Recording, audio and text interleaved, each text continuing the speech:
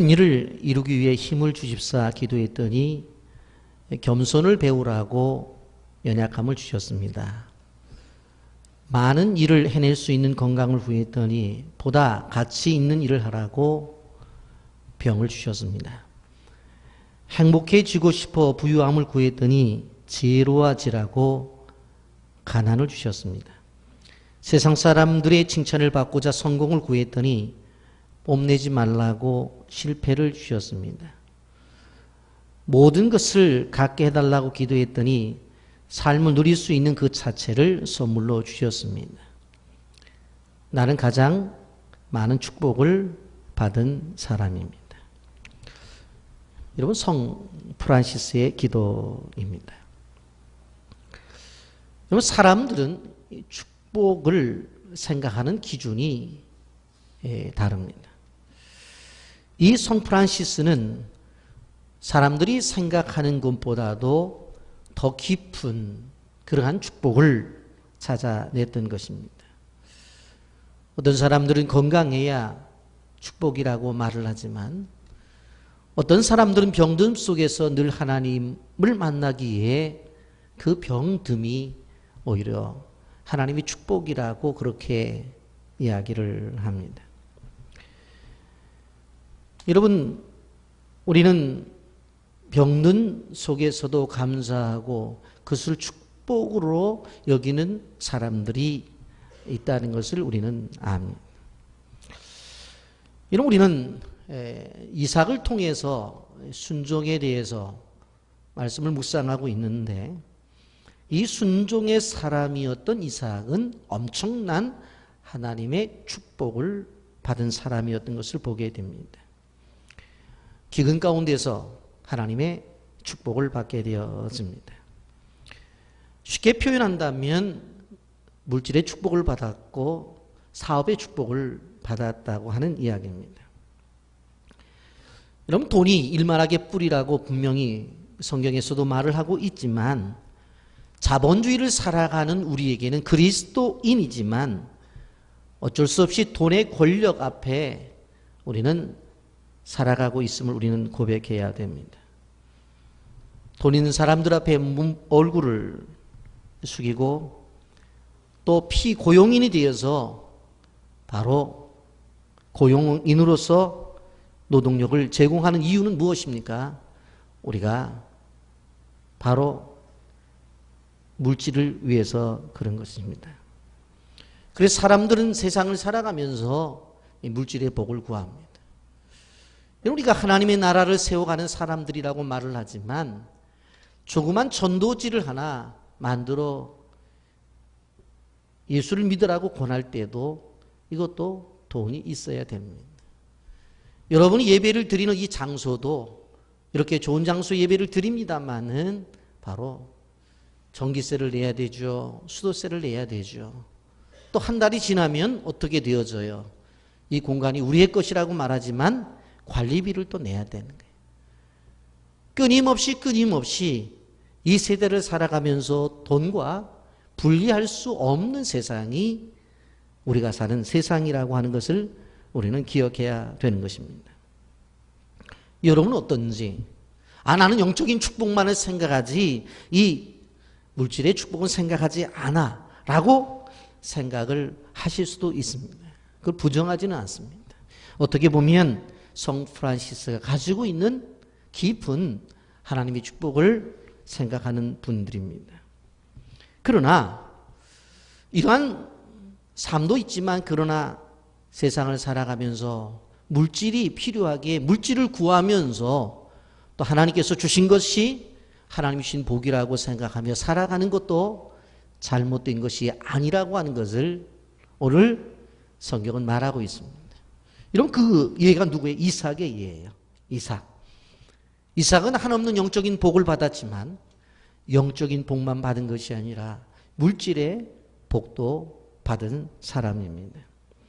여러분, 그러므로 우리가 물질의 복을 사모하고 물질의 복을 달라고 기도하고 그래서 하나님께서 물질의 복을 주셔서 부자가 된 것들이 잘못된 것이 아니라는 거예요. 그것이 성경적인 삶이 아니다라고 말할 수 없다고 하는 거예요. 왜 그래요? 바로 이삭이 그 그러한 삶을 살았기 때문에 그렇습니다. 여러분, 하나님 앞에 바로 서서 물질을 구하고 물질이 하나님 앞에서 주어진다고 한다면 그것을 얼마나 가치 있고 얼마나 의미 있게 쓰느냐가 중요한 것이지, 물질을 가진 그 자체가 잘못된 것이 아니라고 하는 것이 성경이 가르쳐주는 교훈입니다. 여러분, 이러한 믿음을 가지고 오늘 이삭이 받은 물질의 축복을 받으시기를 예수님의 이름으로 축복합니다. 여러분, 이삭을 한마디로 말한다면 100배의 축복을 받은 사람입니다. 이런 100배 그렇게 이야기하니까 목사님 그러면 101배 받으면 안 됩니까? 그렇게 또 생각하는 사람들이 있어요. 그런데 이삭이 받은 100배라는 것은 성경에서 수치를 이야기할 때에 30배, 60배, 100배라고 이야기하면서 100배는 하나님께서 그에게 주실 최대의 복을 말하는 거예요. 그렇기 때문에 하나님의 판단 속에서 이삭에게 주시는 최대의 복이 100배라는 표현을 한 거예요. 그렇기 때문에 여러분의 모든 삶 속에서 하나님이 주시고자 하시는 최대한의 축복이 여러분의 사업장과 가정과 직장과 가정에 임하기를 예수님의 이름으로 축복합니다. 아멘. 이런 먼저 우리가 좀 생각해 볼 수 있는 것은 뭐냐면, 기근이라는 이 환경이 우리에게 힘든데 이 기근이라는 환경을 통해서 하나님을 만나는 이 이삭을 좀 우리는 봐야 된다라고 하는 것입니다. 여기 16장 1절 말씀에 보면 이삭 때에 대흉년이 들었다고 그렇게 말씀을 하고 있습니다. 여기 여러분 다 같이 함께 읽어볼까요? 시작. 아브람 때에 첫 흉년이 들었더니 그 땅에 또 흉년이 들매 이삭이 그랄로 가서 블레셋 왕 아비멜렉에게 이르렀더니, 여러분 가나안 땅이 어떤 땅이 가나안 땅? 하나님의 약속과 축복이 있는 땅이에요. 이런 가나안 땅이 어떤 땅이에요? 하나님이 가라고 해서 간, 그래서 이 아브라함이 거주하고 있고 지금 이삭이 거주하고 있는 땅이 바로 가나안 땅이에요. 그런데 하나님이 가라고 한 그 땅에 가서 아브라함이 기근을 만나죠. 여러분, 흉년이라고 하는 것은 재앙입니다. 1845년부터 7년 동안 아일랜드에 대기근이 일어나는데 무려 100만 명의 사람이 굶어 죽어요. 그리고 먹고 살기 위해서 100만 명 이상이 그 땅을 떠나게 되어져서 전 인구의 3분의 1이 줄어드는 역사가 일어나는 것을 바라볼 수가 있습니다. 여러분, 이러한 기근이 들었을 때에 어떻게 처신했는지 아브라함의 경우를 창세기 12장 10절에 이야기하고 있는데 여기 이렇게 말하고 있습니다. 그 땅에 기근이 들었으므로 아브라함이 애굽에 거류하려고 그리로 내려갔으니 이는 그 땅에 기근이 심하였습니다. 아브라함이 누굽니까?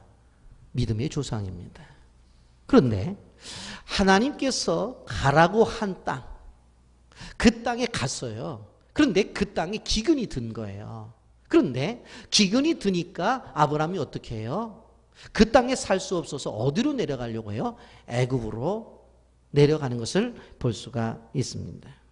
여러분, 가뭄의 영향을 받지 않는 나일강이 있는 그 풍요의 땅에 바로 이 아브라함도 내려가기를 원했다는 것입니다.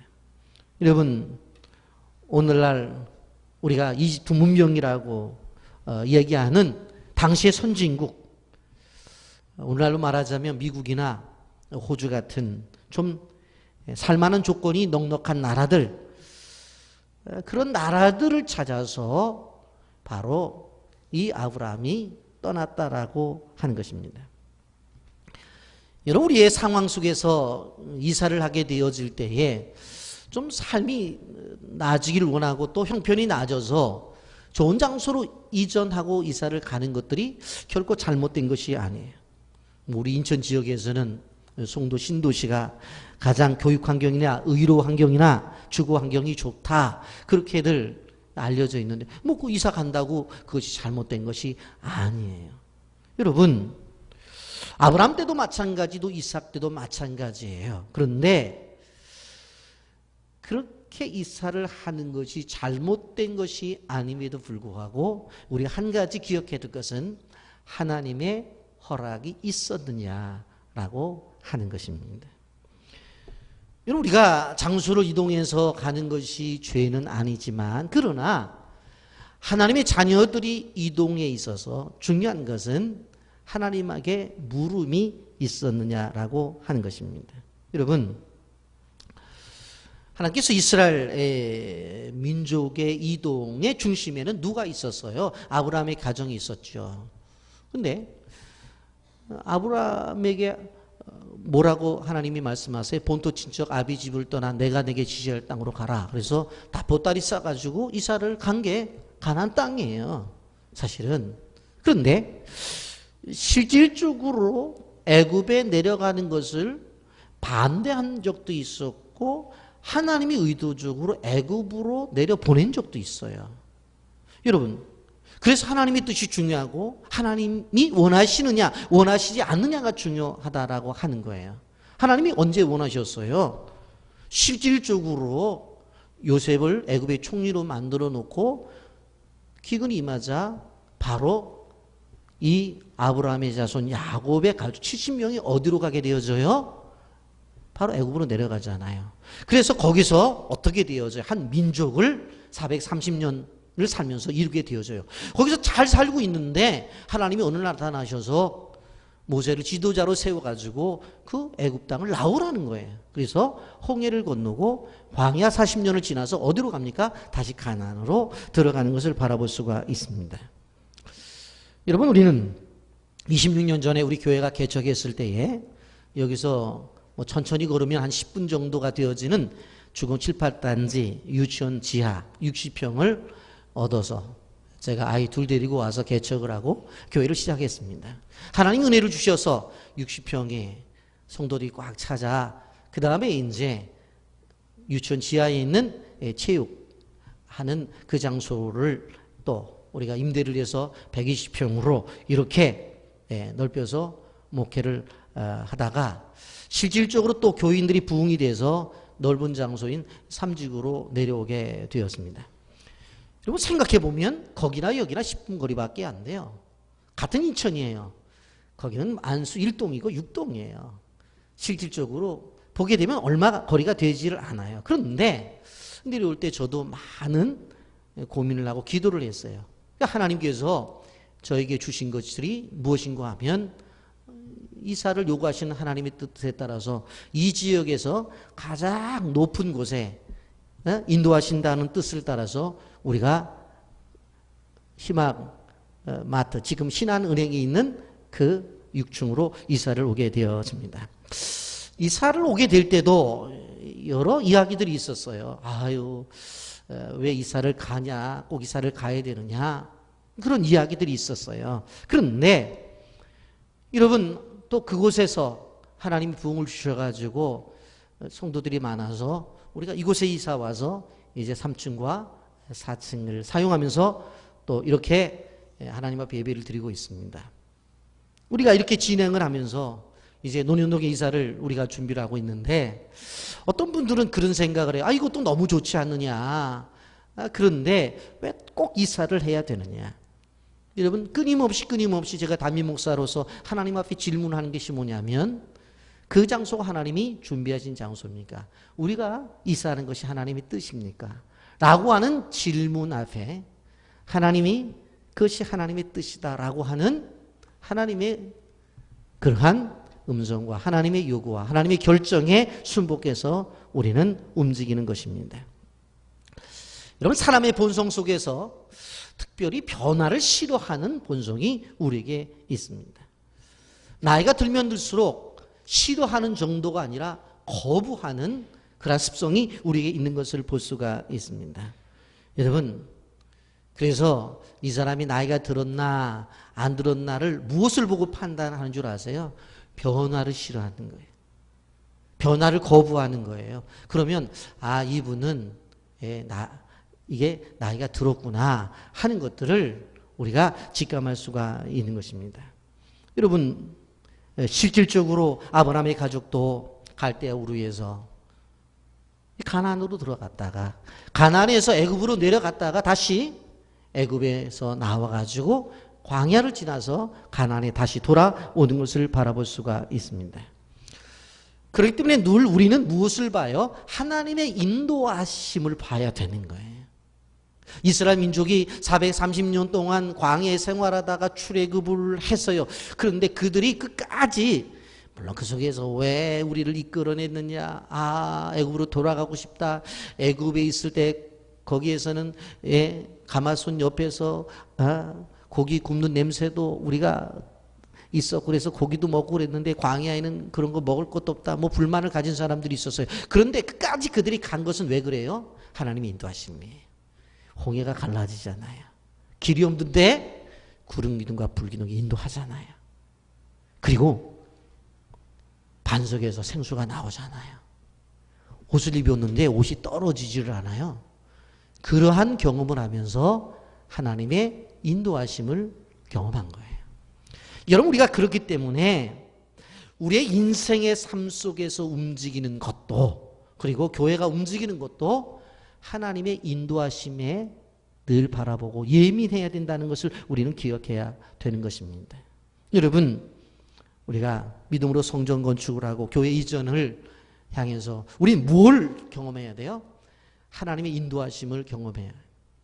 저는 이 일을 하면서 너무나 정말로 하나님이 섬세하게 우리를 만져주시고 인도하신 것을 경험하고 있고 우리 성도들이 그것을 경험하고 있다는 사실에 대해서 감사를 하고 있습니다. 여러분, 오늘 본문을 다시 보면 아브라함 때에 대기근이 있었어요. 대기근. 그런데 이삭 때에도 대기근이 임한 거예요. 1절 다시 보면 아브라함 때에 첫 흉년이 들었더니 그 땅에 또 흉년이 들매 이삭이 그레르로 가서 블레셋 땅 아비멜렉에 이르렀더니 그래요. 지금 이삭은 약속의 땅에 서 있습니다. 그리고 성실하게 살아가고 있어요. 믿음으로 살아가고 있단 말입니다. 여러분, 그 땅이 어떠한 땅이에요? 자신이 제물이 되어서 모리아산의 하나님 앞에 드려진 땅이에요. 아버지가 결박할 때 손을 내밀었고 아버지가 칼을 들었을 때에 자기가 번제물이 되어서 죽으려고 준비했던 그 땅이에요. 우리가 생각해보면 그 땅이야말로 아브라함에게 있어서도 순종의 땅이요 이삭에 있어서도 순종의 땅이었어요. 그 땅에서 다른 범죄를 한 일이 없어요. 그런데 그럼에도 불구하고 그 땅에 기근이 들었다고 하는 것입니다. 그 땅에 기근이 들은 것이 아브라함 때도 아브라함이 잘못해서 기근이 들었고 이삭 때 기근이 들은 것이 이삭이 무슨 잘못을 해서 기근이 든 것이 아니라고 하는 것입니다. 어쩔 수 없는 불가항력적인 자연재앙이고 환란이 가져오는 자연적인 재앙이 찾아온 거예요. 기근이 찾아오면 어떤 일이 벌어져요? 여러분, 경제적인 타격을 입죠. 삶이 힘들게 되죠. 생존의 위협을 느끼게 되어지는 거예요. 아브라함이 대흉년을 경험했을 때 아버지가 경험한 것이지 자신이 경험한 것이 없습니다. 여러분, 잘못이 하나도 없는데 내 인생에 기근이 찾아올 때가 있습니다. 아무리 생각해도 하나님 앞에 나는 정직하게 살았어요. 나는 의롭게 살았어요. 나는 아무리 생각해도 떳떳하게 살았어요. 그런데 내 인생에 마실 물 한 컵이 없는, 밥 한 술을 먹을 수 없는 기근이 찾아온단 말입니다. 여러분, 이럴 때 우리 성도가 어떠한 자세를 가지고 어떤 생각을 가져야 되느냐 하는 것들을 우리는 성경을 통해서 봐야 되는 거예요. 여러분, 우리는 인생을 살면서 어려움이 찾아오게 되어질 때 뭘 믿어야 되냐면 이런 일들, 이 합력해서 하나님이 선을 이루실 것이다 라고 하는 믿음이 있어야 되고 앞으로 하나님께서 나를 위해서 준비하신 더 큰 축복이 있다고 하는 사실을 믿고 나가야 돼요. 아멘입니까? 이걸 믿고 나가야 돼요. 여러분, 아버지 아브라함은 가나안에 거하면서 하나님에 대해서 수많은 경험들을 해요. 그래서 하나님이 어떠한 분인지, 하나님께서 어떻게 인도하시는지에 대한 경험을 하는 것을 볼 수가 있어요. 그것을 통해서 하나님과 더욱더 신뢰관계가 쌓여요. 철저한 믿음의 사람으로 커간단 말입니다. 그런데 이삭 보세요. 이삭은 특별히 하나님과의 관계 속에서 특별히 경험한 것들이 많지를 않았어요. 자기 나이가 40이 되었을 때 자기 종이 가서 자기 아내를 데리고 왔을 때에 어떻게 보면 자기가 생각해 본 것보다 더 훌륭한 아내가 왔다는, 리브가가 왔다는 것, 그것도 기적이죠. 또 하나 생각한다면은 결혼을 하고 나서 22년 동안 아이가 없었는데 아이가 생기잖아요. 그러니까 자기 부모가 이제 경험한 것들을 또 이삭이 경험해서 20년 만에 아이를 낳아요. 그 기적은 기적이에요. 그런데 사실 내용으로 보게 되어지면 특별히 이삭이 하나님을 경험해서 긴밀하게 하나님과 더 가까워진 사건들이 많지를 않아요. 여러분, 이럴 때 하나님께서 무슨 생각을 하시겠어요? 이삭의 인생을 통해서 하나님을 경험하고 더욱더 하나님과 긴밀한 관계를 맺으면서 더욱더 하나님 앞에 바로 서기를 원하는 그러한 소원이 하나님에게도 있었을 거예요. 그래서 이해할 수 없는 고난을 주신 거예요. 어떻게 보면 이삭에게 있어서는 감당할 수 없는 벅찬 시련이 오게 되어진 거예요. 그러나 우리가 기억해야 될 것은 이러한 시련이 다가올 때의 하나님의 뜻은 무엇입니까? 하나님을 더욱더 발견하라는 거예요. 하나님을 경험하라는 거예요. 여러분, 너희 아버지 아브람만의 하나님이 아니라 이삭의 하나님, 너의 하나님임을 내가 경험하라는 거예요. 교회 생활을 하다가 보게 되어지면 청년들도 있고 나이든 우리 권사님들 계신데 청년들의 믿음을 보면 열정이 있어요. 그런데 차분하게 끝까지 이끌어 나가는 믿음을 보면 권사님들이에요. 왜 그래요? 인생의 많은 풍파를 겪으면서 하나님과 많은 기도를 통해서 경험을 했잖아요. 내가 20대 이런 경험을 했고 내가 30대 이런 경험을 했지. 내가 40대 이런 경험을 하고 50대 내가 이런 경험을 했지. 병에서 노임을 받는 그러한 경험들, 경제적으로 정말 기근을 만났을 때 회복되는 경험들, 자식 때문에 어려움을 당했을 때 하나님께서 나중에 해결해 주신 경험들, 수많은 경험들을 했잖아요. 많은 풍파를 겪으면서. 그래서 교회 안의 권사님들의 믿음이 중요한 거예요. 여러분, 시련의 시간과 고난의 시간에는 하나님을 찾으라고 하는 것입니다. 합력하여 선을 이루라고 하는 하나님의 뜻이 그 속에 있다고 하는 것입니다. 근데 어떤 사람들은 하나님이 계신데 왜 이런 일이 벌어져? 내가 잘못된 것이 없는데 왜 이러한 이 어려운 일이 벌어져? 라고 하면서 이해할 수 없는 고난과 시련 앞에서 하나님을 떠나는 사람들도 있습니다. 여러분, 그래서는 안 된다는 거예요. 이런 욥을 한번 보십시오. 하루아침에 욥은 자기가 가지고 있는 재산이 다 사라져버려요. 그리고 자기가 낳은 자식들, 아들 7과 딸 셋이 하루아침에 다 죽어요. 여러분, 고난도 이런 고난이 있습니까? 한번 생각을 해보세요. 있는 재산이 다 날아가고 그 많은 자식 하나도 남김없이 다 죽어요. 이런 고난이 있을 수 있냐고요. 그런데 성경에서 말하는 욥의 신앙을 뭘 말해요? 그런 일을 경험하고도 불구하고 욥은 하나님을 배신하지 않았다는 거예요. 여러분, 우리는 우리의 삶을 통해서 하나님이 살아계시다면 어떻게 나에게 이런 일이 벌어질 수 있느냐고 그렇게 질문을 해요. 그래서 하나님을 믿는 것에 대해 멈추기도 해요. 고통을 당하면서 하나님을 믿지 않겠다고, 그리고 교회를 떠나기도 해요. 우리 교회도 건축이 오래되면서 어려움을 당하니까 교회 건축 때문에 교회를 옮겨야 되겠다고 아주 솔직하게 이야기하고 옮긴 분들도 계셔요. 없는 게 아니에요. 여러분, 우리가 기억해야 될 것은 하나님이 가라고 한 땅. 그래서 가서 살았어요. 그래서 하나님의 백성이 머물고 있어요. 그리고 그 땅은 축복의 땅이에요. 그런데 그 땅에 기근이 임한다. 하나님이 가라고 해서 갔는데 순종했잖아요. 거기서 머물라고 해서 머물었어요. 순종했잖아요. 한때는 축복의 열매들이 맺어졌어요. 감사했잖아요. 그런데 한순간에 어떻게 해요? 기근이 만.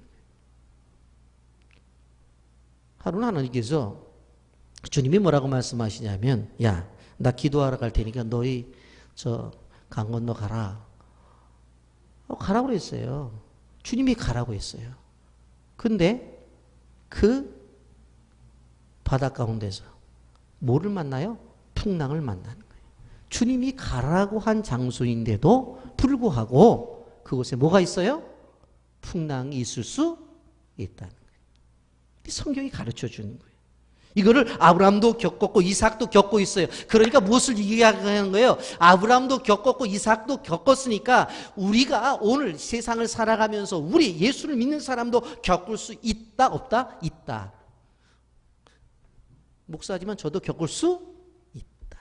성도인 여러분들도 겪을 수 있다. 그걸 전제하고 나가라고 하는 거예요. 그러나 분명히 우리가 알 수 있는 것은 뭐예요? 그 속에 깊으신 하나님의 뜻이 있다는 거예요. 말씀입니다. 로마서 8장 18절에 생각하건대 현재 고난은 장차 우리에게 나타날 영광과 비교할 수 없도다. 현재 고난이지만 장차 나타날 영광과 비교할 수가 없다고 그랬어요. 고난 뒤에 오는 영광을 믿음의 눈으로 봐야 됩니다. 로마서 8장 35절 누가 우리를 그리스도의 사랑에서 끊으리요 환난이나 곤고나 박해나 기근이나 적신이나 위험이나 칼이랴. 하나님과 우리와의 관계 속에서 맺어져 있는 사랑을 세상의 어떠한 것들도 끊을 수가 없다는 거예요. 로마서 8장 28절 우리가 알거니와 하나님을 사랑하는 자 곧 그의 뜻대로 부르심을 입은 자들에게는 모든 것이 합력하여 선을 이루느니라. 아멘입니까? 여러분, 야곱의 가족이 기근 때문에 요셉이 총리인 것을 알게 돼서 초청을 받고 이주를 하잖아요. 그곳에서 요셉이 총리니까 얼마나 잘 살았겠어요. 예? 근데 아버지가 돌아가셔, 야곱이. 그러니까 형제들이 난리가 난 거야. 왜? 그 요셉은 자기들이 팔았잖아요. 그러니까 아버지가 있었을 때는 이게 봐줬을 것 같았는데 아버지가 돌아가셨으니까 형들 와봐. 예전 일로 한번 생각해 보라고. 구덩이 그때 누가 팠어? 삽질 누가 했어? 나와. 그리고 구덩이에다 누가 집어넣었어? 그리고 얘기할 만하잖아요. 그리고 형제들이 두려운 거예요. 벌벌벌 떨고 있는데 뭐라고 말해요? 요셉이 형들에게 말하잖아요. 두려워하지 말라고. 중요한 얘기를 하잖아요. 당신들은 나를 해하려 했으나 하나님은 그것을 무엇으로 바꾸사? 선으로 바꾸사.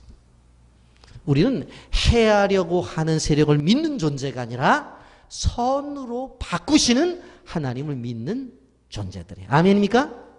그러니까 여러 가지 어려움, 우리를 해롭게 하려고, 우리를 괴롭게 하려고, 우리를 무너뜨리려고 해도 신경 쓰지 마세요. 우리는 그것에 놓여 있는 존재가 아니에요. 우리는 악을 선으로 바꾸시는 하나님을 믿는 존재지. 그 하나님 바꿔주시면 끝나잖아요. 여러분, 우리에게 다가온 모든 것이 선으로 바뀌어질 줄을 믿으시기를 예수님의 이름으로 축복합니다. 이 믿음만 갖는다면 되는 거예요.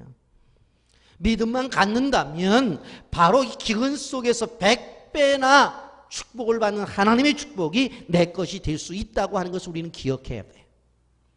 우리는 온실 속의 화초가 되기를 원해요. 얼마나 좋습니까? 온실 속의 화초는 주인이 와서 어유 물을 줘야 될 것 같네? 물을 줘요. 어유 거름을 줘야 될 것 같네? 거름을 줘요. 바람을 쐬야 될 것 같네? 창문을 열고 바람을 쐬요. 근데 하나님은 우리를 온실 속에 화초를 원하는 것이 아니라 들길에 있는 잡초가 되기를 원하셔요. 여러분, 들길에 잡초 보세요. 땅이 딱딱하게 굳어 있어도 생명력이 있어서 자라고 꽃을 핍니다. 겨울이 돼요? 다 죽어요. 근데 그 다음 봄이 되면 새싹이 돋아나요. 하나님을 믿는 능력의 사람들은 온실 속의 화초가 아니에요. 여러분, 예? 우리 여자 집사님, 권사님들 너무 주변에서 공주 같다 그러니까 공주라고 생각하지 마세요. 하나님 그런 걸 원하시지 않아요. 예? 들길에 있는 이름 모를 정말로 들꽃이 되기를 원합니다. 그 작업을 하나님이 하시는 거예요. 대흉년을 주어서 대기근을 주어가지고 우리를 강하게 키우시는 분이에요. 그리고 세상 속에 살아남기 위해서 정말 하나님을 붙잡고 나가기를 원하시는 분이에요. 그리고 그 속에서 감당할 힘을 주시는 분이에요. 역경과 어려움 때문에 오히려 하나님을 찾고 그리고 초대하시는 하나님에게 찾아가서 그 하나님을 붙잡고 주님이 주신 힘으로 견뎌내라고 하는 것입니다.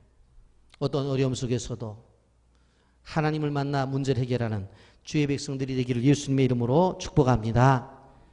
자, 그런데 오늘 여기서 보면서 또 한 가지 우리가 발견한 것은 믿음의 사람인데도 왜 그렇게 연약할까 하는 것을 발견하게 되었습니다. 여러분, 이삭은 믿음의 후손이에요. 누구예요? 아브라함의 자손이죠. 그리고 아브라함의 신앙 교육을 받고 자랐어요. 어릴 때부터 믿음으로 컸잖아요. 여러분, 이삭이 자라날 때 그 아버지가, 엄마가 얼마나 얘기를 했겠어. 야, 너 말이야, 워낙은 아빠 엄마가 결혼을 해가서 애가 없었는데 20년 동안 아이가 없었어. 그래서 우리도 포기했거든. 근데 어느 날 하나님의 사자가 왔어. 근데 아버지가 그들을 맞이해가지고 발도 씻겨주고 뭐 양도 잡고 소도 잡아가지고 식사 대접을 하고 집에 오래된 치즈도 드리면서 막 대접을 했더니 그 사람들이 1년 뒤에 아이를 낳을 거라고 그래서 엄마도 안 믿고 아빠도 안 믿었거든. 그리고 이름도 지어줬어. 이삭이라고 지으라고. 그래서 네가 이씨 집안이 된 거야. 다 가르쳐 줬을 거잖아요. 그 얼마나 많이 들었겠어요. 얼마나 많이. 믿음으로 컸단 말이에요. 그런데 실수하잖아요. 완벽하지 않다는 이야기예요. 두 가지 실수를 볼 수 있는데, 첫째는 대흉년이 들었을 때 그의 반응을 볼 수 있고, 두 번째로는 그 그랄 땅에서 행한 행동, 이 두 가지 행동이 어떻게 이삭이 이룰 수가 있을까 하는 것을 우리는 보게 되어져요. 여러분, 대흉년이 몰려오자 살 길을 못 가잖아요. 이성적으로 판단해요. 야, 여기는 이제는 흉년이 들었어. 하늘을 봐도 비 올 생각은 안 해. 땅이 이미 말랐어. 파도 기근이 오래돼가지고 물기가 사라진 지가 오래됐어. 여러분, 그래서 어디로 내려요? 결정을 내려요. 어디로? 나일강 유역으로 가려고. 그런데 문제는 이 결정에 기도가 있었어요? 없었어요? 기도가 없었다는 거예요. 기도가 없었어요. 제가 아까 말씀을 드렸죠.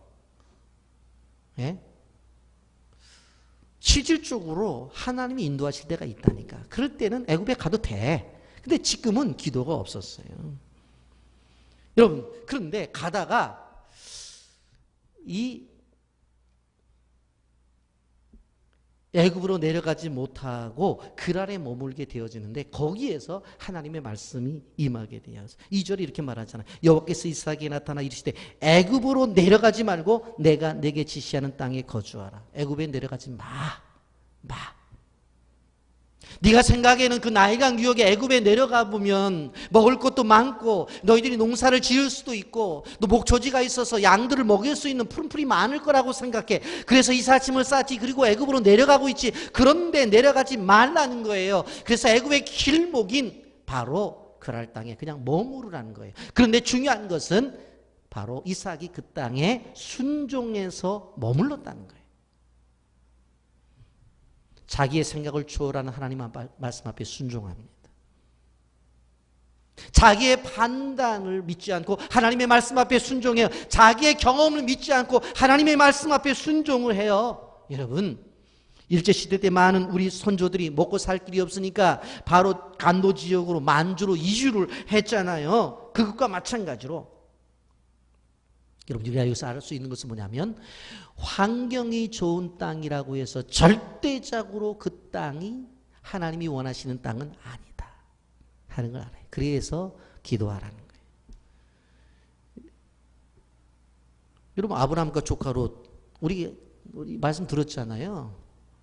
롯이 결정한 것이에요. 소돔과 고모라가 꼭 에덴 동산 같았잖아요. 그 땅이 좋은 땅이냐고. 아니잖아요. 살기 좋다고 해서 그 땅이 좋은 땅은 아니에요. 살기가 힘들다고 해서 그 땅이 나쁜 땅도 아니에요. 우리가 항상 생각을 해봐야 돼요. 그런데 그랄 땅에 가서 이 이삭이 두려움이 빠져요. 그래서 그 땅에서 바로 자기 아내를 여동생이라고 말을 해요. 6절 말씀에 보면 이삭이 그랄에 거주하더니 7절 보세요. 그곳 사람들이 그의 아내에 대하여 물으매 그가 말하기를 그는 내 누이라 하였으니 리브가는 보기 아리따움으로 그곳 백성이 리브가로 말미암아 자기를 죽일까 하여 그는 내 아내라 하기를 두려워함이었더라 그랬어요. 여러분, 그런데 아브라함도 그랄 지역에 가가지고 뭐라고 그랬어요? 아브라함도 아내를 누이라고 했고 그 아들도 자기 아내를 누이라고 하는 이유가 도대체 뭘까? 그는 그랄의 문화를 이해를 해야 돼요. 그랄은 어떠한 지역이냐면 이쁜 여자가 있으면 남편이 있어도 남편을 죽여버리고 과부를 만들어가지고 그 여자를 자기 아내로 삼는 지역이었어요. 그러니까 무서운 거예요. 그 지역에 갔는데 그랄 지역은 어떻게 해요? 결혼한 부부라도 여자가 마음에 들면 남편 그냥 죽이는 거야. 그리고 남편 없어. 그리고 자기 아내로 삼는 거야. 그런 문화권에 들어가니까 두려운 거예요. 그래서 죽기가 싫으니까 뭐라고 말해요? 자꾸 누이라고 말하는 거예요. 여러분, 여기서 우리는 믿음의 사람이지만 행동을 하면서 다 정말 신앙적인 모습과 충만한 모습이 보이는 것은 아니다라고 하는 것을 우리는 보게 되어집니다. 여러분, 이삭이 아내를 무지하게 사랑했습니다. 보통 사랑한 게 아니에요. 8절 말씀해 보세요. 이것은 성경이 아니라 꼭 로맨스 소설의 한 구절 같아요. 8절 보십시오. 이삭이 거기 오래 거주하였더니 이삭이 그 아내 리브가를 껴안은 것을 블레셋 왕 아비멜렉이 창으로 바로 내다 본지라 그랬어요. 여러분, 이때 나이가 몇 살인 줄 아세요? 여러분, 창세기 25장에 바로 이삭과 리브가가 에서와 야곱을 낳는 장면이 나옵니다. 그렇다고 한다면 지금 이들 나이는 60이 훨씬 넘었어요. 넘었는데 남의 집 앞에서 대낮에 그것도 둘이 포옹하고 있어요. 길거리에서 요즘 젊은이들로 말하자면 과감하게 스킨십을 하고 있다고 하는 것입니다. 여러분, 창세기 25장 26절에 분명히 말하잖아요. 후에 나온 아이는 손으로 에서의 발꿈치를 잡았으므로 그 이름을 야곱이라 하였으며 리브가가 그들을 낳을 때에 이삭이 60세였더라. 이삭 나이가 60세의 아이를 낳았으니까 그 다음 장 26장은 60세가 넘은 그런 때잖아요. 그런데 둘이 길거리에서 스킨십을 하고 있어요. 그리고 얼마나 사랑하는 거예요. 사람들이 농담을 그렇게 하죠. 이렇게 야외에 놀러 가서 좀 떨어져 가는 사람은 부부고 손을 꼭 잡고 가거나 어깨 동무하는 사람은 불륜이라고 웃으라고 하는 얘기거든요. 그렇게 얘기들을 해요. 그런데 블레셋 왕이 그것을 보고서 뭘 이렇게 온누이 관계가 아니라 부부 관계라고 하는 것을 캐치해요. 그래서 뭐라고 말해? 11절에 아비멜렉이 이에 모든 백성에게 명하여 이르되 이 사람이나 그의 아내를 범하는 자는 죽이리라 하였더라. 이제는 부부인 줄 알았어요. 그래서 이삭을 건드리거나 이삭의 아내를 건드리면 죽는다, 그렇게 말하는 거예요. 여러분, 그 문화 속에서 왕을 통해서 이제 보호를 해 주시는 것들을 바라볼 수가 있습니다. 하나님께서 왕을 통해서 그들을 보호해 주세요. 사실 이삭을 보게 되어지면 믿음이 없었어요. 그래서 아내를 아내라고 하지 못해요. 기근을 만나서 하나님께 묻지도 않고 애굽으로 내려가려고 했던 이삭도 우리가 이해가 안 되지만 자기 아내를 누이라고 한 이삭도 이해가 안 된다고요. 여러분, 그런데 중요한 것이 무엇입니까? 하나님이 쓰시는 사람이 어떤 사람이냐라는 거예요. 한마디로 말하면 연약해도 쓰는 거예요. 하나님에게 묻지 않고 애굽으로 내려가라고 했던 이 이삭을 하나님이 쓰시고 자기 아내를 누이라고 했지 이 거짓말을 했던 이삭을 하나님이 쓰신다라고 하는 거예요. 오히려 그를 보호하고 돌봐주고 지켜주시잖아요. 여러분, 겉으로 보기에는 블레셋 왕 아비멜렉이 그를 지켜준 것 같지만 영적으로 보면 그 배후에는 바로 하나님의 손길이 있었던 것을 우리는 봐야 되는 것입니다. 여러분, 여기서 우리는 위로를 얻고 힘을 얻어요. 우리가 연약하더라도, 우리가 실수하더라도, 우리 어떤 경우에 비겁하더라도 하나님 끝까지 우리를 돌보시는 하나님이시다. 우리가 완벽한 사람이 아닐지라도 하나님은 도와주신다라고 하는 것이에요. 여러분, 그 하나님을 믿으셔야 돼요. 나는 부족하기 때문에 안 된다고 생각하지 마세요. 나는 연약하기 때문에 될 수 없다고 생각하지 마세요. 내가 부족하고 연약하지만 연약하고 부족했던 이삭을 그의 가정을 지켜주셨듯이 나를 지켜주시고 인도하실 것이다. 그 축복이 여러분의 축복이 되기를 예수님의 이름으로 축복합니다. 또 한 가지, 환경은 기근이에요. 그리고 그는 연약한 사람이에요. 그런데도 하나님이 100배의 축복을 주십니다. 여러분 생각해 보세요. 기근을 만나서 애굽으로 가려고 보따리 쌓고 그 아래에서 자기 아내를 누이라고 속연. 그런데 그가 하나님의 말씀을 들어요. 하나님의 말씀. 26장 2절부터 5절까지가 바로 그것입니다. 하나님이 그에게 나타나시죠. 힘든 순간에 하나님이 나타나셔서 말씀을 해요. 2절 말씀, 여호와께서 이삭에게 나타나 이르시되 애굽으로 내려가지 말고 내가 내게 지시하신 땅에 거주하라. 네가 생각했던 애굽으로 내려가지 말아라. 네가 판단했던 그 애굽으로 내려가지 말아라. 내가 내게 지시하는 땅, 이 땅에 거하라. 그래서 순종하는 거예요. 순종해서 하나님의 복을 받는 거예요. 여러분, 내가 아무리 어려울 때라도 문제 해결하는 땅은 하나님이 지시하신 땅입니다. 내가 어려움 속에서 문제를 해결할 수 있는 땅이 어느 땅이에요? 하나님이 지시하신 땅이에요. 여러분, 우리가 가만히 보면 이삭은 안전이라고 하는 것이 가장 귀한 가치로 생각했어요. 그래서 기근이 있는 이 땅보다는 애굽, 그 먹고 살기 좋은 그 땅에 안전하게 살기 위해서 그 땅을 가야 된다고 생각했어요. 그러다가 그랄 땅에 머물게 되어지는데, 순종해서 그 땅에 있게 되어지는데 어떻게 해요? 자기의 안전을 위해서, 아내의 안전을 위해서 어떻게 해야 돼요? 자기 아내를 누이라고 속였어야만 된다고요. 이삭의 가치관은 뭐예요? 가장 중요한 것이 안전이었어요. 여러분, 그런데 하나님께서 그의 삶을 안전하게 지켜주는 것이지 그가 원했다고 안전하게 되는 것이 아닙니다. 애굽으로 내려가지 않고 그 땅에 거하자. 하나님이 놀라운 축복을 주세요. 12절부터 14절까지 다 같이 한 목소리로 읽겠습니다. 시작. 이삭이 그 땅에서 농사하여 그의 100배나 얻었고 여호와께서 복을 주심으로 그 사람이 창대하고 왕성하여 마침내 거부가 되어 양과 소가 떼를 이루어 종이 심이 많음으로 블레셋 사람이 그를 시기하여 100배의 축복을 받습니다. 그런데 여러분, 이삭은 원래 농사를 짓는 농경민이 아닙니다. 그는 유목을 하는 유목민이에요. 원래 양과 소를 치는 사람이에요. 유목민이라고. 그런데 하나님께서 여기서 복을 주시는데 어떤 복을 주세요? 농사를 지었는데 100배나 얻는 축복을 주시는 거예요.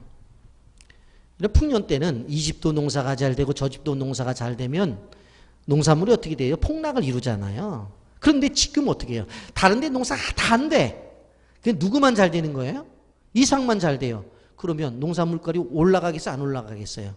오르잖아요. 그러니까 여러분들 큰 돈 벌게 된 거예요. 큰 돈 벌게 된 거예요. 여러분, 여호와께서 복을 주심으로 그 사람이 창대하고 왕성하여 마침내 거부가 되었다. 이런 물론 자신들의 노력과 수고로 인해서 거부가 된 사람들도 있습니다. 그러나 성경이 말하는 것은 그러한 인간적이 아니라 하나님이 부어주심으로 말미암아 이루는 하나님의 복을 이야기하는 것입니다. 이삭이 받은 복이 어떤 시기입니까? 남들이 다 망하는 시기예요.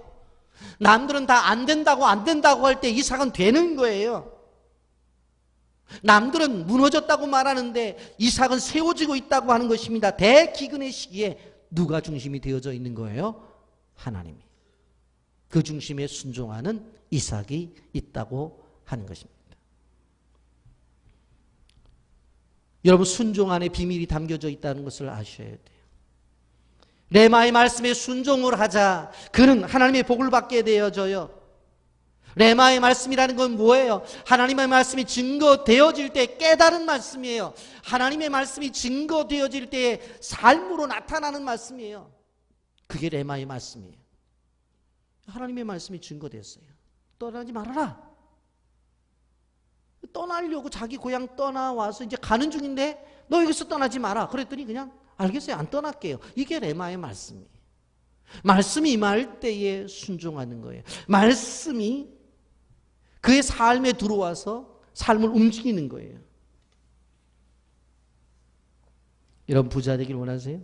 부자는 아니더라도 좀 여유 있는 삶, 좀 넉넉해서 베풀고 나누고 다른 사람들을 도와주는 삶을 살기를 원하세요? 어떤 사람들은 그렇게 얘기를 해요. 예수를 믿으면 물질의 복을 추구해서는 안 된다. 성경에 어디서 그렇게 얘기를 하냐고요.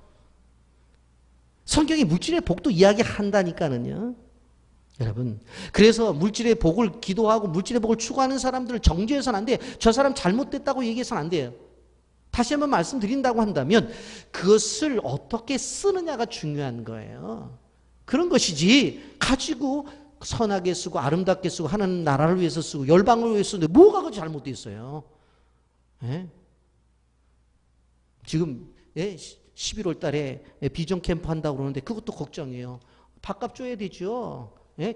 걔네들 티셔츠는 구해서 보냈으니까 됐지만은 2박 3일 동안 그 수많은 아이들 캠프 비용 우리가 여기서 보내줘야 되잖아요. 당장 그런 것도 급하단 말이에요. 근데 왜 그게 잘못된 거예요? 세속적이라고요? 그러지 않아요. 우리가 기억해야 될 것은 하나님의 사람, 하나님의 관점 속에서 하나님의 은혜를 받으면 되는 거예요. 그랬더니 100배의 축복, 거부의 복이 임하는 것입니다. 순종은 축복의 통로입니다. 따라서 합시다. 순종은 축복의 통로다. 순종했더니 100배의 축복을 가져왔다는 것입니다. 우리가 예수를 믿은 다음에 하나님의 말씀 앞에 순종해서 이러한 축복을 받기를 주님의 이름으로 축복합니다. 여러분, 악기를 배우는 사람이 이론만 배우고 연습을 하지 않는다면 될까요? 안 돼요. 운동을 하는 사람도 마찬가지. 어떤 사람이 난 수영을 배우고 싶어. 이불을 이건 물 같지 않아. 그 다음에 또 한 칸, 3칸, 4칸을 놓고 이만큼 올려놓고서 저병이다, 자유형이다, 배영이다 배운다고 해서 수영할 수 있습니까? 없습니다. 많은 성도들이 맹점은 말씀을 귀로 들어서 잘 알고 있어요. 그런데 행동으로 순종하는 데는 안 돼요. 여러분, 노아의 홍수 사건도 마찬가지예요. 120년 뒤에 정말 홍수가 임할 것이다. 이론적으로 알고 있으면서 노아가 동네 사람들하고 친구들하고 놀러 다니고 자기들 나름대로 그냥 편한 대로 했다면 방주에 못 들어가는 거예요. 그 말씀을 듣고 어떻게 120년 동안 주변의 사람들이 조수하고 주변의 사람들이 웃어도 망치질을 하면서 하나님의 말씀대로 방주를 지으니까 그의 가족이 들어가서 구원을 받은 겁니다. 순종은 입으로 하는 것이 아닙니다. 순종은 머리로 하는 것도 아닙니다. 순종은 실천이 뒤따라야 됩니다. 대기근이 임한 그 땅에서 하나님이 이곳에 있으라고 하면 바로 그 땅에 있는 게 순종이에요. 그래서 순종은 동사예요. 순종은 동사예요. 사람들은 좋은 환경을 찾아서 이민도 가고 좋은 동네로 이사를 가고 좋은 조건을 찾아서 직장을 이직하기도 합니다. 요즘 그래서 공무원이 되려고 수많은 청년들이 학원에 넘쳐난다고 하잖아요. 여러분, 근데 우리가 기억해야 될 것은 이런 것을 따라감에 있어서 분명 꼭 기도하셔야 돼요. 그리고 부족하고 연약, 그래서 계획을 세웠다 할지라도 하나님이 그 땅에 머물라 하면 순종해야 돼요. 그러면 하나님이 안전 보장받아요. 물질의 축복 받습니다. 사업의 축복 받습니다. 얼마만큼? 100배의 축복을 받을 수 있습니다. 이것은 아브라함의 시대나 이삭의 시대나 지금이나 동일한 영적의 원리입니다. 여러분 내 생각을 비우고 순종해서 하나님 앞에 말씀 앞에 순종해서 100배의 축복을 누리시기를 예수님의 이름으로 축복합니다. 아멘. 거룩하신 하나님 아버지 은혜와 사랑을 감사합니다.